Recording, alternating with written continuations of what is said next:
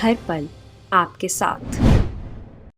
18 से 28 दिसंबर के बीच पीएम ने किया यूपी का 4 बार दौरा। 23 दिसंबर को फिर से वाराणसी में नजर आएंगे पीएम मोदी। सीएम अशोक गहलोत का पीएम मोदी पर हमला। बूस्टर डोज को लेकर किया दावा। कहा बूस्टर डोज को लेकर पीएम को लिखा कई बार पत्र, पीएम नहीं देते हैं कोई जवाब। देहरादून में कांग्रेस नेता राहुल गांधी का संबोधन। कहा मेरे परिवार ने दी देश के लिए कुर्बानी, मेरी दादी पिता देश के लिए हुए शहीद।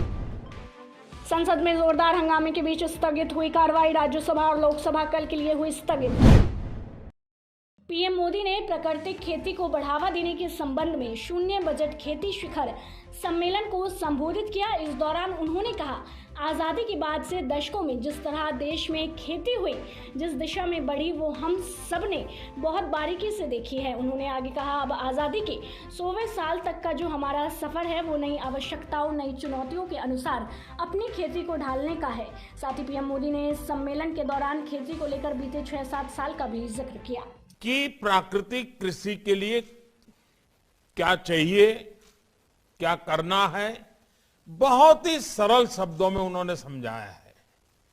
और मुझे पक्का विश्वास है आज का उनका ये मार्गदर्शन, और मैं जानबूझकर आज पूरा समय उनको सुनने के लिए बैठा था, क्योंकि मुझे मालूम था कि उन्होंने जो सिद्धि प्राप्त की है, प्रयोग सफलतापूर्वक आगे बढ़ाए हैं, हमारे देश के किसान भी उनके फायदे की इस बात को कभी भी कम नहीं आंकेंगे, कभी भी भूलेंगे नहीं। साथियों, ये कॉन्क्लेव गुजरात में भले हो रहा है, लेकिन इसका दायरा, इसका प्रभाव पूरे भारत के लिए है, भारत के हर किसान के लिए है। राजस्थान के मुख्यमंत्री अशोक गहलोत ने कोरोना टीकाकरण के बीच प्रधानमंत्री नरेंद्र मोदी पर निशाना साधा है। गहलोत ने दावा किया कि उन्होंने पीएम को कई बार पत्र लिखकर बूस्टर डोज की वकालत की है, लेकिन कोई जवाब नहीं मिल रहा। गहलोत ने कहा कि उनको लगता है कि पीएम ने जवाब नहीं देने की कसम खाई है। अशोक गहलोत ने कहा कि कई बार प्रधानमंत्री नरेंद्र मोदी को बूस्टर डोज के लिए चिट्ठी लिखी, लेकिन ऐसा लगता है कि पीएम ने जवाब ना देने की कसम खाई हो। अब तक 70 से ज्यादा देशों में ओमिक्रॉन वेरिएंट पहुंच चुका है। हर देश में कुछ बच्चों के लिए टीकाकरण और पहले ही शुरू हो चुका है। हमें हालात को वहां तक नहीं पहुंचने देना चाहते हैं जहां हमारे पास लोगों को बचाने के लिए संसाधन ना हो।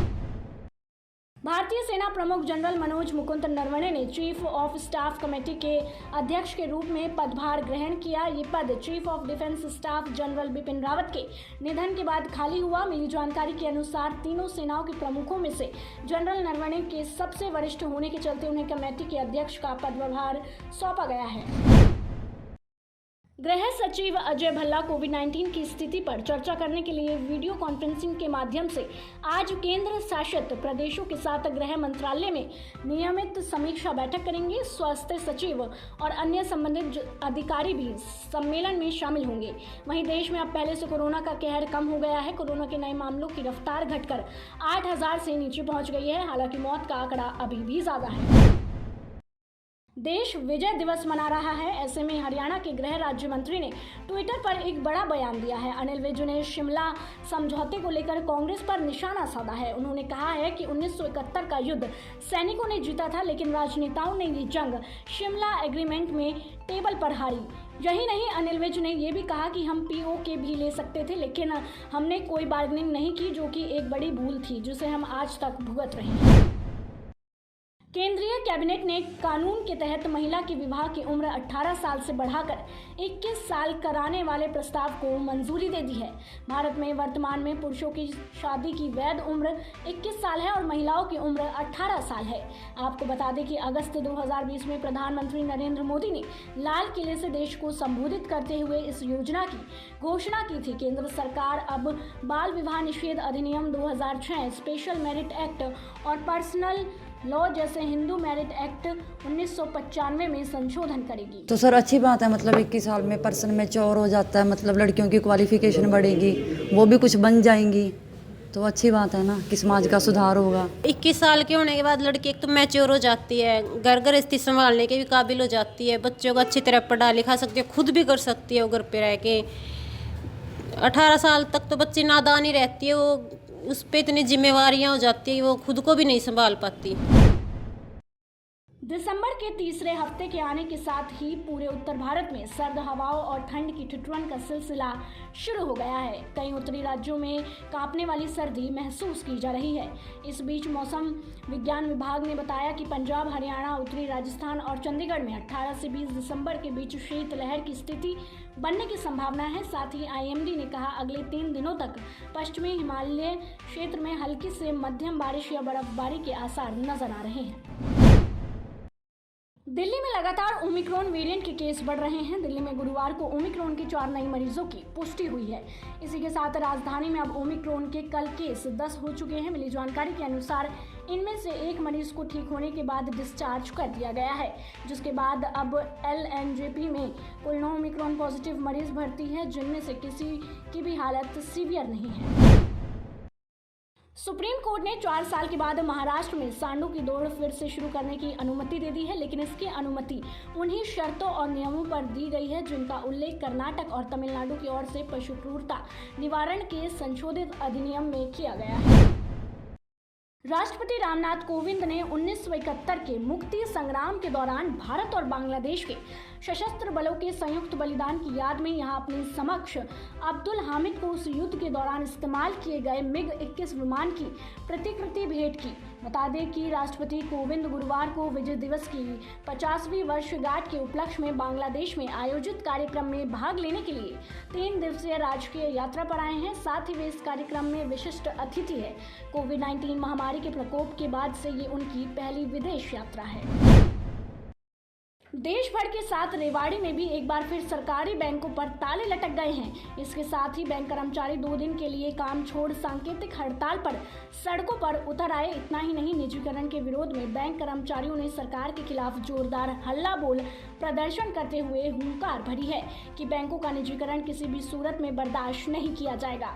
साथ ही उन्होंने चेतावनी दी है कि अभी तो ये सांकेतिक हड़ताल है, लेकिन अगर सरकार नहीं मानी तो वे अनिश्चितकालीन हड़ताल पर जाने से भी पीछे नहीं हटेंगे। रेवाड़ी के सर्कुलर रोड स्थित पंजाब नेशनल बैंक के बाहर इकट्ठा हुए इन बैंक कर्मचारियों का कहना है कि हर राष्ट्रीय बैंक हर साल सरकार को अरबों रुपए कमा कर देते हैं, मगर सरकार है कि इन बैंकों को पूंजीपतियों के हाथों में सौंपना चाहती है। हमारा एक सांकेतिक हड़ताल है, ये तो सिर्फ एक अलर्ट मोड पर उनको लाने के लिए सांकेतिक हड़ताल है। अभी तो लड़ाई लंबी भी चलेगी, तो उस लंबी लड़ाई को हम लड़ेंगे।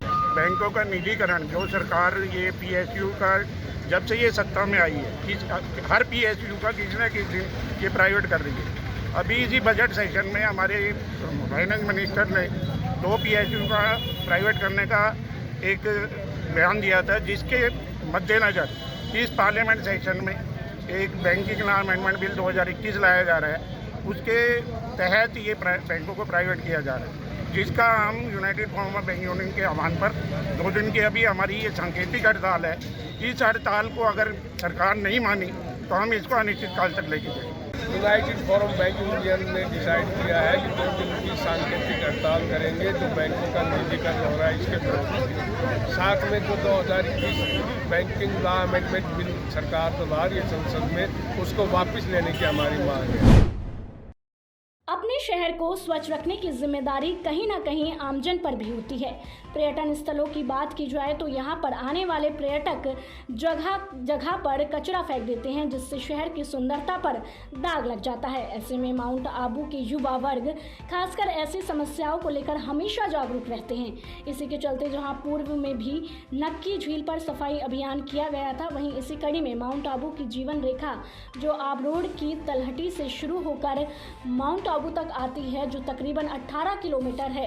इसी सड़क को स्वच्छ करने का बीड़ा यहाँ की सभी स्वयंसेवी संगठनों ने उठाया है।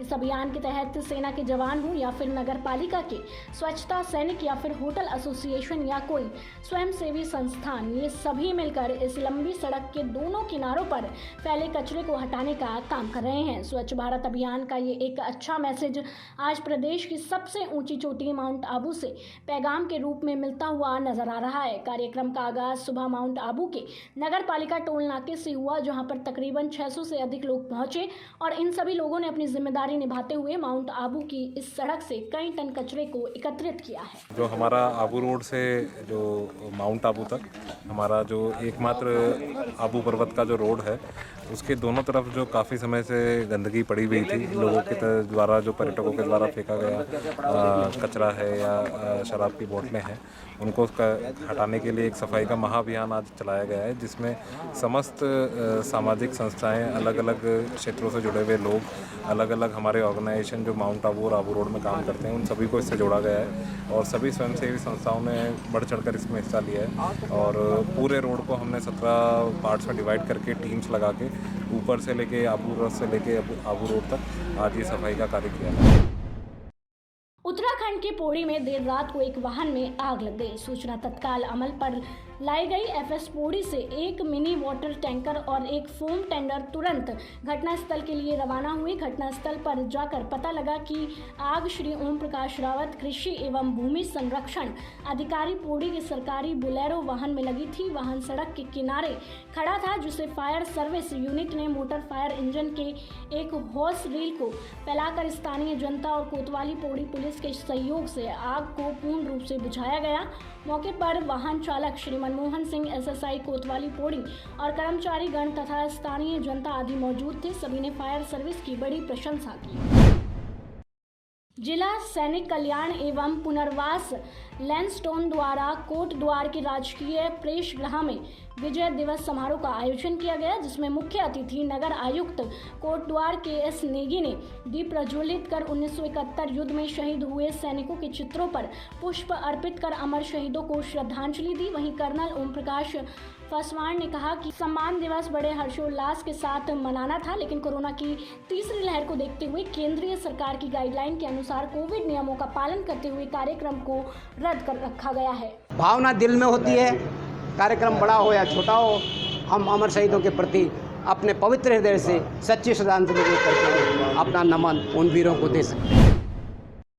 गुजरात में बैंक कर्मचारी 2 दिनों के लिए हड़ताल पर चले गए हैं। 16 और 17 दिसंबर को राज्य में राष्ट्रीयकृत बैंकों के कर्मचारियों और अधिकारियों ने बैंकों के विलय के केंद्र सरकार के फैसले और भारत सरकार के बैंकिंग विनियमन अधिनियम में संशोधन के खिलाफ नारेबाजी की। अहमदाबाद के लाल दरवाजा पर बैंक कर्मचारी ने धरना दिया। 16 और 17 दिसंबर को देश और राज्य के सभी राष्ट्रीयकृत बैंकों के कर्मचारी हड़ताल पर रहेंगे और अपने कामकाज से दूर रहेंगे, क्योंकि केंद्र सरकार संसद के शीतकालीन सत्र में बैंकिंग सेक्टर में अहम सुधार करने जा रही है। बैंकिंग रेगुलेशन एक्ट के तहत राष्ट्रीयकृत बैंकों में सरकारी पूंजी में 51% की कमी की जा रही है।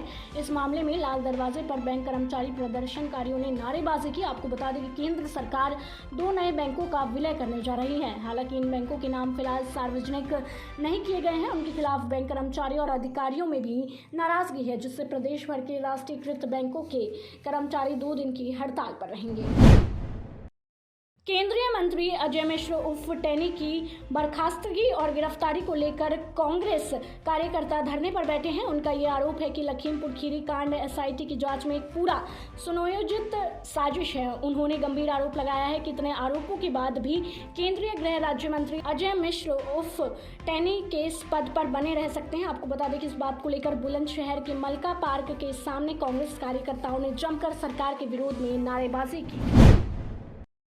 हरियाणा में आशा वर्करों के लिए अच्छी खबर है। इनको आयुष्मान भारत योजना में लाने की तैयारी है। इससे वो हर साल 5 लाख रुपए तक का मुफ्त इलाज करा सकेंगी। इसके लिए स्वास्थ्य मंत्री अनिल विज ने विभागीय अधिकारियों को इस विषय पर अध्ययन कर रिपोर्ट जल्द देने के आदेश दे दिए हैं। आशा वर्करों के प्रतिनिधिमंडल के साथ बैठक में स्वास्थ्य मंत्री ने कहा कि 10 साल तक कार्य करने के उपरांत जो आशा वर्कर अपनी इच्छा से अपना कार्य छोड़ती है या 60 साल की आयु के बाद रिटायर हो जाती है, तो उन्हें 20,000 रुपए दिए जाते हैं। अब तक प्रदेश में 108 आशा वर्कर इसके लिए योग्य हैं। इनमें से 60 वर्ष की आयु के बाद कार्य मुक्त किया गया है और 19 आशा वर्करों ने अपना काम 10 साल के बाद छोड़ा है। इनमें 71 आशा वर्करों को 20,000 रुपए की राशि दी जा चुकी है। पंजाब और हरियाणा हाईकोर्ट ने एक मामले की सुनवाई के दौरान ये स्पष्ट कर दिया कि अगर दो लोग आपसी सहमति से कुछ दिन साथ रहे तो इसका मतलब ये नहीं कि वे वास्तव में लिव इन रिलेशनशिप में हैं। हाईकोर्ट का कहना है कि कोई कपल कितने लंबे समय से साथ रह रहे हैं और साथ में वो सामने वाले के लिए अपने कर्तव्यों का पालन कर रहा है, जिम्मेदारी उठा रहा है या नहीं, इन सबसे मिलकर ही कोई रिश्ता शादी के समान होता है। हाईकोर्ट के जज मनोज बजाज ने यमुनानगर जिले के एक कपल की ओर से फाइल की गई याचिका को खारिज करते हुए ये आदेश दिया। इस कपल ने अपने परिवार से सुरक्षा की मांग करते हुए हाईकोर्ट में अर्जी दी थी। ये कपल पिछले कुछ दिनों से ही लिव इन रिलेशनशिप में रह रहा था। हाईकोर्ट ने इस तरह की अर्जी दायर करने के लिए इस जोड़े पर 25,000 रुपए का जुर्माना लगाया है। हरियाणा सरकार ने पिछड़ा वर्ग के लोगों के लिए सरकारी नौकरी और शिक्षा संस्थानों में दाखिलों के लिए मिलने वाले आरक्षण की व्यवस्था में बड़ा बदलाव किया है। राज्य में अब संवैधानिक या उनके समकक्ष पदों पर काम करने वाले पिछड़े वर्ग के लोगों के बच्चों को आरक्षण का फायदा नहीं दिया जाएगा। वहीं हरियाणा सरकार के अनुसूचित जाति और पिछड़े वर्ग कल्याण विभाग ने इस संबंध में अधिसूचना जारी कर दी है। यह अधिसूचना आरक्षण अधिनियम 2016 में संशोधन करते हुए जारी की गई है ताकि पिछड़े वर्ग से क्रीमी लेयर के व्यक्तियों को आरक्षण के फायदे के दायरे से अलग कर दिया जाए। केंद्र सरकार से कृषि कानूनों को वापस करवाने के बाद दिल्ली की सीमाओं से पंजाब लौटे किसानों ने राज्य की चन्नी सरकार के खिलाफ मोर्चा खोल दिया है। किसान संगठन अब चन्नी सरकार को उन्हीं के वादों की याद दिला रहे हैं जो पंजाब सरकार ने आंदोलन के दौरान किया था। किसान संगठन कर्ज माफी आंदोलन के दौरान मरने वाले किसानों के परिवारों को मुआवजा और नौकरी देने जैसे वादों की याद चन्नी सरकार को दिला रहे हैं। दरअसल पंजाब सरकार ने कृषि कानून के खिलाफ आंदोलन के दौरान किसान का समर्थन करके उन्हें लुभाने की हर संभव कोशिश की थी। इतना ही नहीं, 2017 के चुनाव में किसानों से किए गए वादों को पूरा करने की मांग किसान संगठनों ने शुरू कर दी है। किसान संगठनों ने चन्नी सरकार पर किसान कर्ज माफी, बेरोजगारों को मासिक वजीफा, मृतक किसान के आश्रितों को मुआवजा और हर घर को नौकरी देने के वादे को पूरा करने के लिए सरकार पर दबाव बनाना शुरू कर दिया है। किसानों से जुड़े तमाम मुद्दों को लेकर किसान संगठनों के साथ मुख्यमंत्री चरणजीत सिंह चन्नी की 17 दिसंबर को बैठक तय थी, लेकिन मुख्यमंत्री चन्नी ने यह बैठक 17 दिसंबर से टाल 20 दिसंबर को कर दी है। बुलंदशहर के लालपुर चितौला गांव के ग्रामीणों ने रोड जाम कर हंगामा किया। आपको बता दें कि चरकोड़ को कब्जा मुक्त कराने की मांग को लेकर ग्रामीणों ने हंगामा किया। ग्रामीणों का आरोप है कि जमीन पर कब्जा कर पोल्ट्री की दीवार बनाई जा रही है। उनका ये भी आरोप है कि कारोबारी चक्रोड़ के करीब 4 फीट जमीन घेरकर रातों रात बाउंड्री बना रहे हैं।